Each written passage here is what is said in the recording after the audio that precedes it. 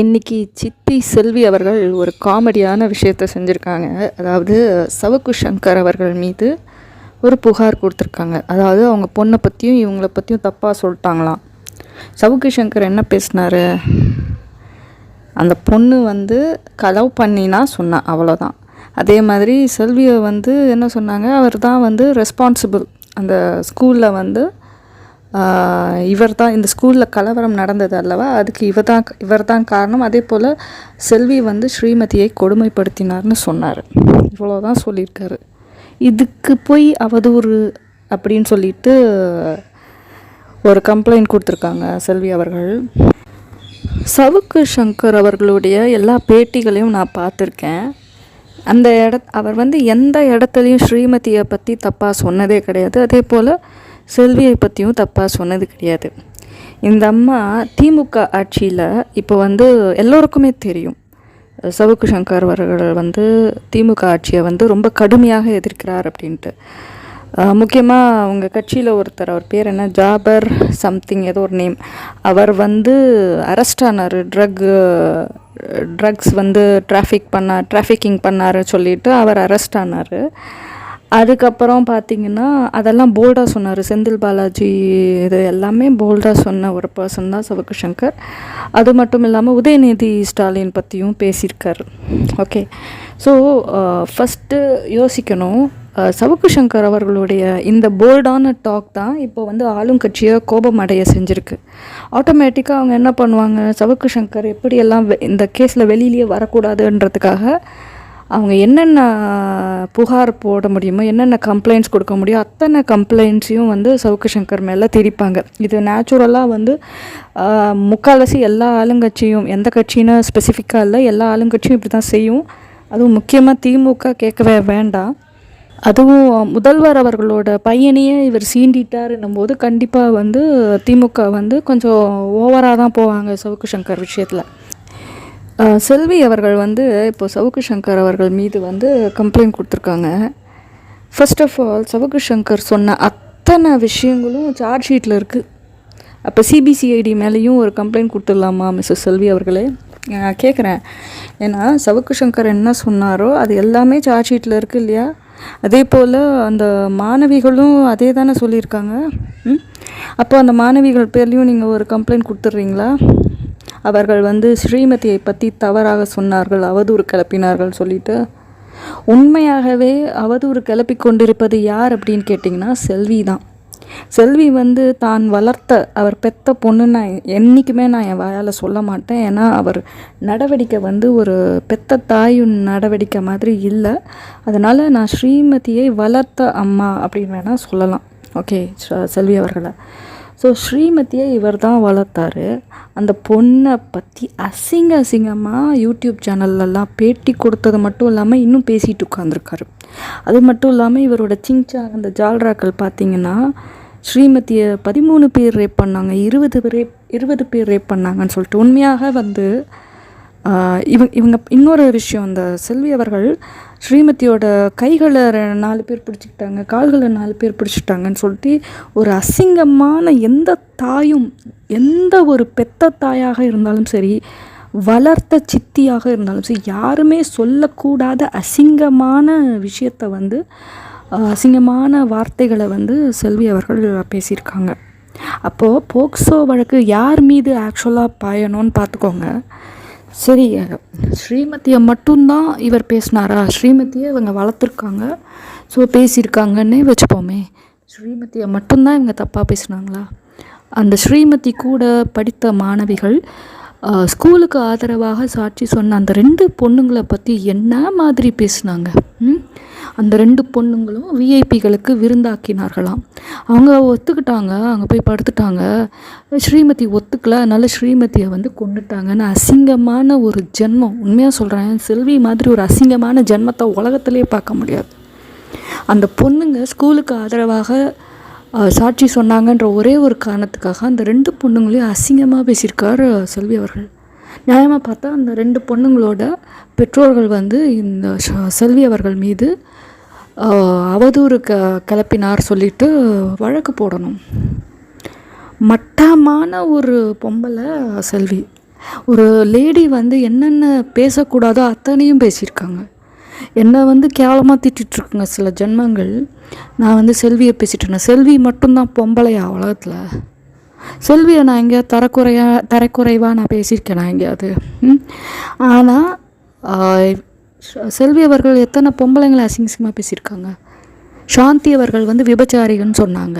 அந்த school teachers Kiruthika, ஜெபஜீவ Priya, Haripriya எல்லோரையும் விபச்சாரிகள் சொன்னாங்க. அந்த ஸ்கூலில் ஒர்க் பண்ணுற எல்லா டீச்சர்ஸையும் விபச்சாரிகள்ன்றாங்க. அந்த ஸ்கூலில் படிக்கிற மாணவிகள் எல்லோரும் விபச்சாரிகள்ன்றாங்க. அவங்க ஜால்ராக்கள் பார்த்திங்கன்னா யூடியூபர்ஸுன்ற பேரில் மக்களிடையே எவ்வளோ நஞ்சை விதைக்கணுமோ அவ்வளோ நஞ்சை விதைச்சிட்ருக்காங்க. எவ்வளோ அசிங்கமாக பேசணுமோ அவ்வளோ அசிங்கத்தை பேசிகிட்ருக்காங்க. அப்போ உண்மையிலேயே வழக்கு யார் மீது பதியப்படணும்னு பாருங்கள். அவதூறு வழக்கு செல்வி மீது தான் ஸ்கூல் வந்து அவதூறு வழக்கு பதியணும். உண்மையாக சொல்கிறேன், இந்த மாதிரி ஒரு பொம்பளையை நான் என் லைஃப்பில் பார்த்ததே கிடையாது. இவ்வளோ, அதாவது ஸ்கூலை வந்து நாசம் செஞ்சது மட்டும் இல்லாமல், ஸ்கூலை அடித்து போட்டு நாசம் செஞ்சது மட்டும் இல்லாமல், அந்த ஸ்கூல் மாணவிகள்லேருந்து ஆசிரியர்கள்லேருந்து எல்லோரையும் அசிங்கமாக பேசிக்கிட்டு வர ஒரு கேவலமான ஒரு பொம்பளை தான் செல்வி. அவரோட யூடியூபர்ஸ் பாருங்கள், அசிங்கமாக போஸ்ட் போடுவோம் வீடியோஸ்லாம். 13 பேர் செய்தனராம். அவர் அந்த சைலேந்திர பாபுவெல்லாம் கூட விடலை வேணுங்க. இபிஎஸ்ஸை விடலை, அண்ணாமலையை விடலை. எல்லாரும் வந்து ஸ்ரீமதியை ரேப் பண்ணாங்களாம். ஸ்கூலில் வந்து விஐபிஸாக தங்கினாங்களாம். எந்த அரசியல்வாதி வந்து ஸ்கூலுக்குள்ளே வந்து நான் தங்குறான் கெஸ்ட்டாக?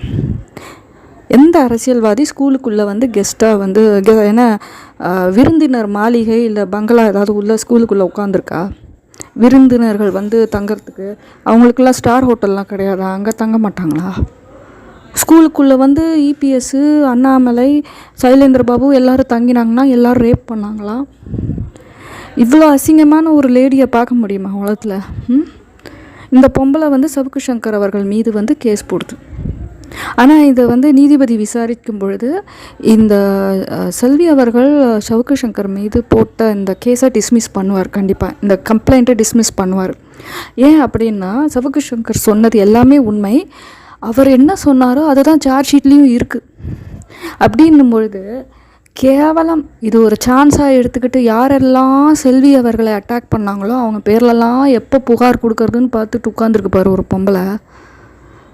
இவர் சொல்லுவாராம், எல்லாரையும் அசிங்கமாக பேசுவாராம், எல்லாரையும் கேவலமாக பேசுவாங்களாம், எல்லோரும் தரக்குறவை எவ்வளோ அசிங்கமாக பேச முடியும் இவர் பேசுவாராம். ஆனால் இவரை யாருமே ஒருத்தர் கூட தாக்கி பேசிடக்கூடாதான். உடனே அவங்க பேரில் ஒரு கேஸு. ஸ்ரீமதியை அசிங்கப்படுத்தினது செல்வி தான். சவுக்கு சங்கர் ஒரு இடத்துல கூட ஸ்ரீமதியை அசிங்கமாக பேசலை. அந்த பொண்ணுக்கு கொடுக்க வேண்டிய மரியாதை இவர் கொடுத்துட்டாரு. கார்த்திக் பிள்ளை அவர்களும் ஸ்ரீமதிக்கு எவ்வளோ மரியாதை கொடுக்கணுமோ அவரும் கொடுத்துட்டு தான் இருந்தார். ஸ்கூலுக்கு சப்போர்ட் பண்ணுற யாருமே ஸ்ரீமதியை தப்பாகவே பேசலை. ஒருத்தர் கூட தப்பாக பேசலை. ஒரு பொண்ணு லவ் பண்ணான்னு சொன்னதுனால அவங்க வந்து தப்பாக பேசுகிறாங்கன்னு அர்த்தம் கிடையாது. அந்த பொண்ணுக்கு 17 வயசு. அந்த பொண்ணு சாகும்போது அந்த பொண்ணுக்கு இன்ஃபேச்சுவேஷன் இல்லை லவ் ஏதாவது இருந்திருக்கலாம். அவள் ஃப்ரெண்ட்ஸுக்கு கண்டிப்பாக தெரியும். எதுக்கு வீட்டிலேருந்தே அனுப்ப வேண்டியது? 20 கிலோமீட்டருக்குள்ளே தானே இருக்குது அவங்க வீடு. ஸ்கூல்லேருந்து ஸ்கூல் பஸ்லேயே அனுப்ப வேண்டியது தானே. எதுக்காக அந்த பொண்ணை ஹாஸ்டலில் சேர்த்தாங்க? அந்த பொண்ணு யாரையும் பார்க்கக்கூடாது, யார்கிட்டையும் பேசக்கூடாதுன்னு தானே செல்வி அவர்கள் அந்த பொண்ணை ஸ்கூலில் சேர்த்தாங்க. இவங்க சந்தேகப்பட்டாங்களே, ப்ரெக்னென்சி டெஸ்ட்டு எடுத்தது யார்? செல்வி தானே. அந்த பொண்ணு ப்ரெக்னெண்ட்டாக இருப்பாளோன்னு சொல்லிட்டு ப்ரெக்னென்சி டெஸ்ட் வேறு எடுத்தாத வேறு கேள்விப்படுறேன். அதுவும் இன்னும் அசிங்கமான ஒரு விஷயம். செல்வி மாதிரி ஒரு கேவலமான ஒரு லேடியை பார்க்க முடியுமா? அந்த பொண்ணு அவ்வளோ அழுதுருக்கு. சந்தோஷ் வந்து அன்றைக்கி மத்தியானம் வந்து என்னமோ பேசியிருக்கான். அதுக்கப்புறம் தான் இந்த பொண்ணு சூசைட் பண்ணியிருக்கு. என்ன ஹாஸ்டலில் சாப்பாடெலாம் கொடுக்க மாட்டாங்களா? செல்வி கொடுக்குற சாப்பாட்டை தான் அந்த பொண்ணு சாப்பிட்டாகணுமா? நீ ஹாஸ்டலில் தான் விட்டல, அந்த பொண்ணை நிம்மதியாக அங்கேயாவது இருக்க விடலாம்ல. ஹாஸ்டலில் விட்ட எதுக்கு வீட்டிலேருந்து உனக்கு சாப்பாடு அனுப்பணும் அந்த பொண்ணுக்கு?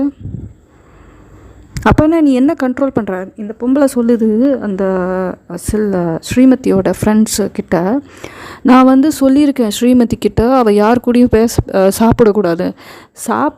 அதாவது ஒரு ஸ்கூலில் எல்லோரும் சேர்ந்து தான் சாப்பிடுவாங்க. ஸ்டூடெண்ட்ஸ் எல்லாருமே சேர்ந்து தான் சாப்பிடுவாங்க. ஒரு 4-5 பேராக கூட்டமாக சேர்ந்து தான் சாப்பிடுவாங்க. சேர்ந்து கூட சாப்பிடக்கூடாதுன்னு இன்ஸ்ட்ரக்ஷன் கொடுத்துருந்தாராம் செல்வி ஸ்ரீமதிக்கு. அப்போ நான் என்ன மாதிரி ஒரு தாயின்னு பாருங்கள். சாப்பிட்றதுல கூட இந்த அம்மா வந்து கண்டிஷன் போட்டிருக்கு. ஹாஸ்டலில் தான் சேர்த்து விட்ருக்கல, எதுக்கு அந்த பொண்ணுக்கு சாப்பாடு எடுத்து கொடுத்தீங்க? இதை சாப்பிடக்கூடாது, இது நிற்கக்கூடாது, அங்கே நிற்கக்கூடாது, அங்கே பார்க்கக்கூடாது, இவகிட்ட பேசக்கூடாது, அவங்ககிட்ட பேசக்கூடாது, இந்த மாதிரி ரெஸ்ட்ரிக்ஷன்ஸ்லாம் செல்வி தானே போட்டாங்க. சவுக்கு சங்கரோட கேஸில் ஒரு சில கேஸ் வேணால் உண்மையாக இருக்கலாம், ஒரு சில கம்ப்ளைண்ட்ஸ். ஆனால் ஒரு சில கம்ப்ளைண்ட்ஸ் வந்து பொய் கேஸ். இப்போ கஞ்சா கேஸ்லாம் நான் பொய் கேஸ்ன்னு தான் நினைக்கிறேன். ஓகே, அவர் கண்டிப்பாக வந்து, ஏன்னா அவர் ஏற்கனவே அந்த கஞ்சா கேஸில் ரொம்ப போல்டாக அந்த ஜாஃபர்ன்றவரை வந்து தாக்கி பேசியிருக்காரு. ஸோ அதுக்கு பழி வாங்குகிற ஒரு நடவடிக்கையாக தான் நான் இதை பார்க்குறேன். ஸோ ஓகே, ஸோ உண்மையாகவே அது எப்படின்னு தெரியல, அது எந்த அளவுக்கு அது உண்மைன்னு தெரியாது. ஸோ இது வந்து சவுக்கு சங்கரை வந்து பேச விடாமல் தடுக்கிறதுக்கான ஒரு முயற்சி தான் இப்போ எடுத்துகிட்ருக்கு திமுக. ஓகே, எவ்வளோ பேர் அசிங்கமாக கேவலமாக பேசிகிட்ருக்காங்க யூடியூபர்ஸ்லாம். அவங்களெல்லாம் விட்டுட்டு சவுக்கு சங்கரை மட்டும் அரெஸ்ட் பண்ணுறாங்கன்னா யோசிக்கணும். ஆனால் சவுக்கு சங்கர் பண்ண ஒரு பெரிய தப்பு வந்து பெண் காவலர்களே பேசியிருக்கக்கூடாது. அந்த தப்பு அவர் பண்ணினார். அது மட்டும்தான் நான் அகெயின்ஸ்டாக பேச முடியும். மற்றதெல்லாம் அவருடைய இது தான். அதே மாதிரி அவர் வீடு கூட எனக்கு தெரிஞ்ச ஒரு 3 கோடிக்கு வாங்கியிருப்பாருன்னு எனக்கு தோணலை. அந்த வீட்டோட மார்க்கெட் வேல்யூ மேபி 3 கோடி இருக்கலாம். ஆனால் அவங்க வந்து அந்த மாலத்தின்ற பொண்ணு பேரில் தான் அந்த வீடு வாங்கியிருக்காங்க. அப்படின்னும் பொழுது அது சோர்ஸ் ஆஃப் இன்கம் வந்து மெயினாக மாலத்திக்கிட்ட இருந்து தான் ஆரம்பிக்கும் அந்த இன்வெஸ்டிகேஷன். அண்டு வந்து கண்டிப்பாக அந்த 1 crore மேலே அவங்க காசு கொடுத்துருக்க மாட்டாங்கன்னு தான் நினைக்கிறேன்.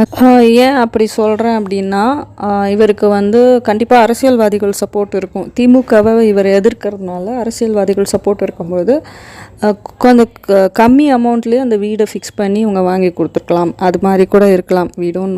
ஸோ அதனால் அது பிளாக் மணியில் ஏதாவது பேமெண்ட் பண்ணியிருக்கிற மாதிரி எனக்கு தோணலை. ஓகே, இது என்னோடய கருத்து தான். ஸோ சவுக்கு சங்கர் மேட்ரை விடுவோம். இப்போ செல்வி அவர்கள் வந்து இப்போ அவதூறு கேஸில் மாட்ட போகிறாங்க. ஏன்னா ஸ்கூல் வந்து அவர் பேரில் வந்து ஒரு கம்ப்ளைண்ட் கொடுத்தே ஆகணும்னு நினைக்கிறேன். ரவிக்குமார் அவர்கள் வந்து சும்மா இருக்கிறது வேஸ்ட்டு.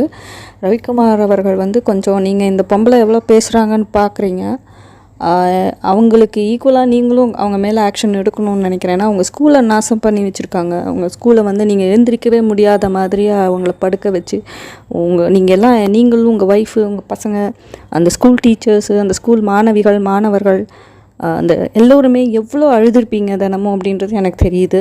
ஸோ அப்படி இருக்கும்போது அவ்வளோ அழுகையும் நீங்கள் கண்ட்ரோல் பண்ணிவிட்டு இந்த பொம்பளை பண்ணுற அராஜகத்தெல்லாம் வேடிக்கை பார்த்துட்டு உட்காரக்கூடாதுன்னு நினைக்கிறேன். இந்த லேடி வந்து உங்களை பற்றி, உங்களோட ஒய்ஃபை பற்றி, உங்கள் பசங்களை பற்றி, உங்களோட டீச்சர்ஸு, உங்களுடைய மாணவிகள் எல்லோரையும் தப்பாக பேசுகிறத நீங்களும் பார்த்துட்ருப்பீங்கன்னு நினைக்கிறேன். ஸோ நீங்கள் கண்டிப்பாக ஆக்ஷன் எடுக்கணும் அப்படின்றது தான் என்னுடைய வேண்டுகோள். ஓகே, நீங்கள் ஒரு வேளை இந்த வீடியோ நீங்கள் பார்த்தீங்கன்னா ஜஸ்ட் இல்லை இந்த மெசேஜை யார்கிட்டையாவது சொல்லுங்கள், யாராவது அவர்கிட்ட சொல்லுங்கள். பிகாஸ் இந்த செல்வி அவர்கள் வந்து தான் ரொம்ப நல்லவங்க மாதிரியும் மற்றவங்கெல்லாம் கெட்டவங்க மாதிரியும் இப்போ ப்ரொஜெக்ட் பண்ணிகிட்ருக்காங்க. தான் பண்ணுறதெல்லாம் அயோக்கியத்தனன்றது தெரியல. எல்லா விஷயத்துலேயும் இந்த பொம்பளை வந்து அவதூறு கிளப்பிட்டு உட்காந்துருக்கு. எல்லோரை பற்றியும் தப்பாக பேசிகிட்ருக்கு. ஆனால் மற்றவங்கெல்லாம் ஒரு வார்த்தை அந்த பொம்பளையை பற்றி பேசிட்டா தூம்னு குதிக்கிறாங்க. அது அந்த மாதிரி குதிக்கிறதோடு நிறுத்தாமல் அவங்களோட சப்போர்ட்டிங் யூடியூபர்ஸை வச்சு இஷ்டத்துக்கு அவங்கள யாரெல்லாம் இவங்களுக்கு எதிராக பேசுகிறாங்களோ அவங்களெல்லாம் அசிங்கமாக தாக்க வைக்கிறாங்க. ஸோ இது வந்து ரொம்ப, அதாவது சொசைட்டியை வந்து ரொம்ப இன்ஸ்டிகேட் பண்ணுறாங்கன்னு தான் சொல்லணும். அது மட்டும் இல்லாமல் ஸ்கூலை வந்து மறுபடியும் நாசம் செய்யணும், எரித்து சாம்பல் ஆக்கணும்னு வேறு ப்ராபகேண்டா அவங்களோட சப்போர்ட்டிங் யூடியூபர்ஸ் மூலமாக இதை பண்ணிகிட்ருக்காங்க. ஸோ அவங்களுக்கு வந்து அந்த ஃபேமிலி, ரவிக்குமார் ஃபேமிலி, அவங்க ஃபேமிலியெல்லாம் கொலை செய்யணும் அப்படின்ற ஒரு கொலைக்கு கூட தூண்டுறாங்க. ஆக்சுவலாக சொல்லப்போனால் இவர் செல்வி பேரில் வந்து மர்டர் பிளான் போடுறாங்க அப்படின்ற கேஸில் கூட நீங்கள் கம்ப்ளைண்ட் கொடுக்கலாம் ஸ்கூல் தரப்பு, சரியா? ஏன்னா அதெல்லாம் செஞ்சுட்டு வராங்க. மர்டர் பிளான் எப்படி பண்ணுறது? இப்போ என்ன திருப்புறாங்கன்னா, ஸ்கூல் வந்து இவங்களை கொல்ல வந்தவங்கள பார்த்து விழுந்து கக்கன்னு சிரித்த ஒரே அப்பாவி பொம்பளை வந்து செல்வியும் வடிவேலுவும் தான் இருக்கணும்னு நினைக்கிறேன். அதாவது கொலைக்காரர்களை பார்த்து சிரிச்சிட்டாங்களாங்க. இவங்க கம்ப்ளைண்ட்டாகவே போய் கொடுத்தா கூட இந்த மாதிரி அக்டோபர் மாதம் என்னை வந்து கொலை பண்ணுறதுக்கு ஒரு காரில் 4 பேர் வந்தாங்கன்னு சொல்லிட்டு இந்த அம்மா போய் புகார் கொடுக்குதுன்னு வச்சுப்போமே, அந்த இன்ஸ்பெக்டரும் விழுந்து சிரிப்பார். அப்படியே அந்த கேஸை கம்ப்ளைண்ட்டை எடுத்துக்கிட்டால் கூட நீதிபதியும், ஏம்மா இந்த ஃபோட்டோவில் நீங்கள் எல்லாம் சிரிச்சிட்ருக்கீங்களே, கொலை செய்யணும்னு எண்ணத்தில் வந்த ஒருத்தங்களை பார்த்து இப்படியாம்மா சிரிப்பீங்க, இது என்னமோ பொய் கேஸ் மாதிரி இருக்கேம்மான்னு அவரும் டிஸ்மிஸ் பண்ணிடுவார். இவங்க என்ன பண்ணாலும் இப்போ என்ன பண்ண முடியும் அவங்களால? அது அவதூறு தான் கிளப்பிட்டுருக்க முடியும். அந்த லுங்கி பனியன், அந்த ஜெட்டி, வாட் எவர், ஓகே, அந்த வீடியோ, அந்த ஃபோட்டோஸ் வெளியில் வந்தோடனே இப்போ வந்து எப்படியெல்லாம் திருப்புறாங்க பாரு. இவங்க வந்து செல்வி அவர்கள் வந்து எப்படியெல்லாம் திருப்புறாங்க. அதாவது அவங்க சிரிக்கிற வீடியோவை வந்து வெளியில் வந்துடுச்சான். இப்போ அவர் வடிவேலு லுங்கி போட்டாரா ஜெட்டி போட்டாரா அது நமக்கு ப்ராப்ளம் இல்லை. ஆனால் ஆக்சுவலாக அந்த வீடியோ, அந்த ஃபோட்டோஸில் நம்ம என்ன மெயினாக பார்த்தோம்? செல்வி வந்து கேக்கா பக்கான்னு சிரிக்கிற ஃபோட்டோஸ் தான் நம்ம மெயினாக பார்த்தோம். எதுக்காக இதை நம்ம போட்டது? ரவிக்குமார் அவர்களை கிண்டல் பண்ணிச்சுங்க அதுங்களாம். அதாவது சிரிச்சுட்டாராம். அவருக்கு வாய் இருக்குது, அவருக்கு சிரிக்கிறாரு. எல்லோருக்குமே சிரிக்கிறதுக்கு ஒரு ரைட்ஸ் இருக்கும்போது எதுக்கு எல்லாத்துக்குமே அவர் நின்னா குத்தம், உட்காந்தா குத்தம்னு சொல்லிட்டு இருக்கீங்க? அவரோட வாய் அவர் சிரிச்சுக்கிறாரு. உமக்கு என்ன மேன்? அதுக்கு தான் பதில் ஃபோட்டோ தான் அது. நீங்களும் சிரிச்சிங்கல்ல, பொண்ணு செத்ததுக்கு கேக்க பக்கனாயி, பொண்ணு செத்துட்டாலே அவள் மூலமாக நம்ம காசு சம்பாதிக்கிறோமே, என்ன சிரிக்கிறீங்களா? விழுந்து மக்கள்லாம் எவ்வளோ முட்டாளாக இருக்கா பாருங்கள், எவ்வளோ காசு அனுப்புகிறாங்க பாருங்கள் அப்படி சொல்லிட்டு விழுந்து சிரிக்கல நீங்களாம். சிரிப்புக்கு வந்து யார் சிரிக்கணும்னு? ஏன் பாதிக்கப்பட்டவங்க சிரிக்க உண்மையாக சொல்லப்போனால் பாதிக்கப்பட்டது ஸ்கூல் தான். அவங்க சிரிக்கிறத பார்த்தா எனக்கு சந்தோஷமாக இருக்குது. ஐயோ இவ்வளோ கஷ்டப்பட்டிருக்காங்க, எவ்வளோ 40 நாள் ஜெயிலில் இருந்தாங்க அவங்க. பண்ணாத தப்புக்கு அவங்க இருந்தாங்க. அது மட்டும் இல்லாமல் அவங்களுக்கு வந்து அவங்க பேரில் அவ்வளோ அவதூறு கிளப்பிட்டுருக்கீங்க. 30 கோடி 40 கோடி லாஸ் வச்சுருக்கீங்க அந்த ஸ்கூலுக்கு. அவ்வளோ பெரிய வீழ்ச்சியை சந்திச்சும் அந்த ஸ்கூல் தரப்பு ஒரு 2 நிமிஷம் சிரிக்கக்கூடாதா? இல்லை 1 நிமிஷம் சிரிக்கக்கூடாதா? கேமரா முன்னாடி ட்ராமா போடுறது மட்டும் கரெக்டாக பண்ணுவேன். அப்படியே உலகத்துலேயே தான் மட்டும் எல்லாருமே பிள்ளைய பெற்றவங்க தான் உலகத்தில். எங்கள் அம்மா கூட என்னை பெற்றாங்க, ஓகே. எல்லா பொம்பளையும் யாரோ ஒரு பையனையோ பொண்ணையோ பெற்று வைக்கிறாங்க. செல்வி மட்டும் உலகத்துலேயே பெக்காதவங்களா? ஸ்ரீமதி வந்து யோசிச்சிருப்பா நிறையா வாட்டி. போயும் இந்த ராட்சசிக்கிட்டே நம்ம வளர்றோன்னு. பெற்றவங்களாம் இருக்க சான்ஸ் இல்லை செல்வி அவர்கள். போயும் கடவுளே, ஏன் கடவுளே இந்த ராட்சசிக்கிட்ட போய் என்னை கொண்டு வந்து விட்டீங்க, நான் உயிரோடு இருந்த போது நினச்சிருப்பா. நிறைய வாட்டி யோசிச்சிருப்பா, என்னை இப்படி கொடுமைப்படுத்துகிறாங்க இவங்க. நான் நின்னா குத்தம், உட்காந்தா குத்தம், இவங்க கூட சாப்பிடக்கூடாது, அவங்க கூட சாப்பிடக்கூடாதுன்னு சொல்கிறாங்க. இந்த மாதிரி ஒரு லேடிக்கிட்ட போய் ஏன் என்னை மாட்டி வச்ச, இதுக்கு நான் உயிரோடையே இருக்கல, நான் செத்து போய்டுறேன்னு சொல்லி தான் அந்த பொண்ணு செத்து போயிருக்கு. இந்த மாதிரி கேவலமாக அடுத்தவங்களை பற்றி பேசுகிறவங்கள ரொம்ப அசிங்கமாக வாய்க்கு வந்ததெல்லாம் பேசுது இந்த பொம்பளை. 5 வருஷமாக ஸ்ரீமதி வந்து அந்த ஸ்கூலில் படிச்சிருக்கா. அப்போல்லாம் தெரியலையா ரவிக்குமார், சாந்தி அவங்கெல்லாம் எப்படின்னு தெரியாதான். அந்த பொண்ணு செத்ததுக்கப்புறம் இஷ்டத்துக்கு அந்த கேட்ட பணம் கிடைக்கலன்னு ஒன்று, அந்த கேட்ட 1 கோடி கிடைக்கலன்னு ஒன்று இஷ்டத்துக்கு அவதூறு கிளப்பிட்டு உட்காந்துருக்கு இந்த பொம்பளை. அப்போ 5 வருஷம் 6 வருஷம் அந்த ரவிக்குமார், சாந்தி எல்லாம் அந்த டீச்சர்ஸ் எல்லாருமே நல்லவங்களாக இருந்திருக்காங்க, அப்படித்தானே? அப்போனா அந்த 5-6 வருஷம் இருந்தவங்க தானே இப்பயும் இருப்பாங்க. அதே குணம் தானே அவங்களுக்கும் இப்போ இருக்கும். அப்போ இப்போவும் அவங்க நல்லவங்களாக தானே இருக்கணும். உனக்கு வந்து 1 கோடி 2 கோடி கொடுக்கலன்னா அவங்க கெட்டவங்களாயிடுவாங்களா? செல்வி அவர்கள் வந்து 40 கோடி கொடுக்கணும் ஸ்கூலுக்கு. அதை நீங்கள் கொடுத்துட்டு அப்புறமா நீங்கள் 1 கோடி கேட்குறீங்களோ 2 கோடி கேட்குறீங்களோ அது வேறு உங்கள் டீலிங்கு. ஆனால் அந்த 40 கோடியை நீங்கள் ஸ்கூலுக்கு ஃபஸ்ட்டு கொடுத்துருங்க, அதுக்கப்புறம் பார்க்கலாம். அவதூறு கிளப்புறதுக்குன்னே வந்திருக்கு. ஆக்சுவலாக உண்மையாக சொல்லப்போனால் ஸ்கூல் தான் அவதூறு கிளப்பணும் செல்வியை பற்றி. ஏன் அப்படின்னா 40 கோடி கொடுக்கணும். செல்வி வந்து டேமேஜ் பண்ணியிருக்கு இந்த ஸ்கூலை. இப்போ 40 கோடி ஸ்கூலுக்கு செல்வி கொடுக்கணும் அப்படின்ற பொழுது நியாயமாக பார்த்தா இப்போ செல்வி வந்து எதனால் பரப்புரை செய்கிறார்? அவதூறு. ஸ்கூல் வந்து பணம் கொடுக்கல அப்படின்ட்டு பார்கெயின் பண்ணாங்க 2 கோடிக்கு. அது ஒர்க் அவுட் ஆகலன்னொன்னே என்ன பண்ணுறாங்க? அவதூறு. நாசம் செஞ்சுட்டாங்க, ஸ்கூலை அடித்து போட்டாச்சு, எரிச்சாச்சு, எல்லாம் பண்ணியாச்சு. அண்டா குண்டாலெல்லாம் அரிசி பருப்பெல்லாம் தூக்கின்னு போயாச்சு, கம்ப்யூட்டர்லாம் தூக்கின்னு போயாச்சு, சிசிடிவி அங்கே இருக்கிறது எல்லாத்தையும் எடுத்துகிட்டு போயிடுச்சுங்க இதுங்க. சரி, நீ எல்லாத்தையும் எடுத்துகிட்டு போயிட்டா சூப்பர். அப்புறம் நியாயமாக பார்த்தா சரி, அதோடு நிறுத்தினா கூட அது ஆக்சுவலி அதுவே தப்பு. அதுக்கே இந்த பொம்பளை அப்பயே அடுத்து எனக்கு தெரிஞ்சு ஜெயலலிதா உயிரோடு இருந்தாங்கன்னா இந்நேரத்துக்கு செல்வி அவர்களே கைது செஞ்சுருப்பாங்க. சரி, நீ வந்து எல்லா நாச வேலைகளையும் செஞ்சுட்ட, அப்போது எதுக்கு நீ யூடியூப்பில் உட்காந்து பேட்டி கொடுத்துட்ருக்க, மொக்கை போட்டுட்டு உட்காந்துருக்க? டெய்லி ஒரு 4-5 வீடியோ மொக்கைனா மொக்கை, அம்பாம்பெரிய மொக்கை. ஸ்ரீமதிக்கு பிடிச்ச ரோஜா செடி, ஸ்ரீமதிக்கு பிடிச்ச பாகற்காய் குழம்பு, ஸ்ரீமதிக்கு பிடிச்ச மீன் வறுவல், இதை வச்சு நீங்கள் வந்து ஒரு கிச்சன் சேனல் ஆரம்பிச்சிருந்தா கூட நாங்களாம் கூட பார்ப்போம். ஏன்னா எனக்கு சமைக்கவே தெரியாது. ஏன்னா ஒரு உப்புமா கூட எனக்கு பண்ண தெரியாது. எனக்கு வந்து ஒரு டீ காஃபி தான் எனக்கு போட தெரியும். டீ கூட போட தெரியாது, காஃபி போடுவேன், அவ்வளோதான். அது கூட இன்ஸ்டன்ட் காஃபி தான் எனக்கு போட தெரியும். நீங்கள் வந்து சமையல் நிகழ்ச்சி உங்கள் சேனலில் நீங்கள் பண்ணிங்கன்னா உப்புமா செய்வது எப்படி, ரசம் செய்வது எப்படின்னு நீங்கள் போட்டிங்கன்னா நான் உங்கள் சேனலில் விழுந்து நானும் பார்ப்பேன். ஓகே, நோட்ஸ் எடுத்துப்பேன். ஓகே, ரசத்துக்கு இதெல்லாம் போடணும் அப்படின்னு நானும் கற்றுப்பேன். ஆனால் உங்கள் சேனலில் என்ன ஓடிட்டுருக்கு? உட்காந்து அந்த பொண்ணு இந்த மாணவிகளை தப்பாக பேசுறது, ஆசிரியர்களை தப்பாக பேசுறது, அந்த இன்ஸ்பெக்டர்ஸ், அந்த போலீஸ்லேயே பெண்கள் இருக்காங்க, சிபிசிஐடியில் போலீஸில் பெண்கள் இருக்காங்க. அவங்களெல்லாமும் இந்த அம்மா தப்பாக பேசிகிட்டு இருக்கா. அவங்களும் பெண்கள் தான், அவங்களையும் தப்பாக பேசிகிட்டு இருக்கு இந்த பொம்பளை தானே. அங்கே இப்படி வந்து பண்ணிட்டாங்க. இவங்க ஒருத்த தான் உலகத்துலேயே பொம்பளையாம், மற்றவங்களாம் பொம்பளைங்க இல்லையா? செல்வி என்பவரை எதிர்க்கும் பெண்கள் யாருமே பெண்கள் இல்லையாம். அவங்களாம் வந்து மோசமானவங்களாம், கெட்டவங்களாம், அவங்களாம் விபச்சாரிகளாம். ஆனால் இந்த பொம்பளை மட்டும் நல்லவங்களாம். இந்த ஒத்த லேடி வந்து உலகத்தையே ஏமாற்றிட்டுருக்கு. இதையும் நம்பி யூடியூபர்ஸ் வந்து சிங்சாங் போடு. ஏங்க, யூஸ்ஃபுல்லான சேனல்ஸ் எவ்வளோ இருக்குது. சமையல் செய்வது எப்படி, வீட்டில் அலங்கார பொருட்கள் செய்வது எப்படி, டெய்லரிங் கற்றுக்காங்க அப்படின்னு சொல்லிட்டு சில யூடியூப் சேனல்ஸ்லாம் இருக்கும். ஏதோ நிறைய சொல்லித்தரத்துக்கு நிறைய சேனல்ஸ் இருக்குது. கம்ப்யூட்டர் ப்ரோக்ராமிங் நான் கூட யோசிச்சுட்டு இருக்கேன்.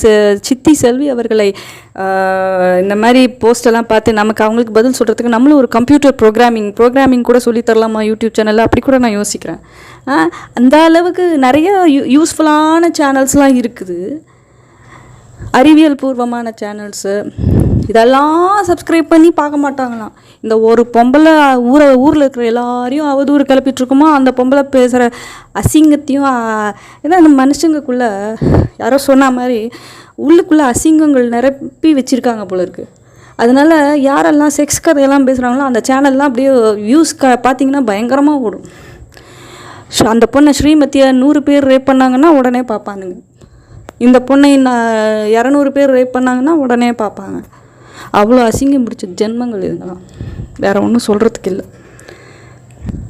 ஸ்கூல் வந்து தகுந்த நடவடிக்கை எடுக்கும் என்று எதிர்பார்க்கிறோம். தேங்க்யூ.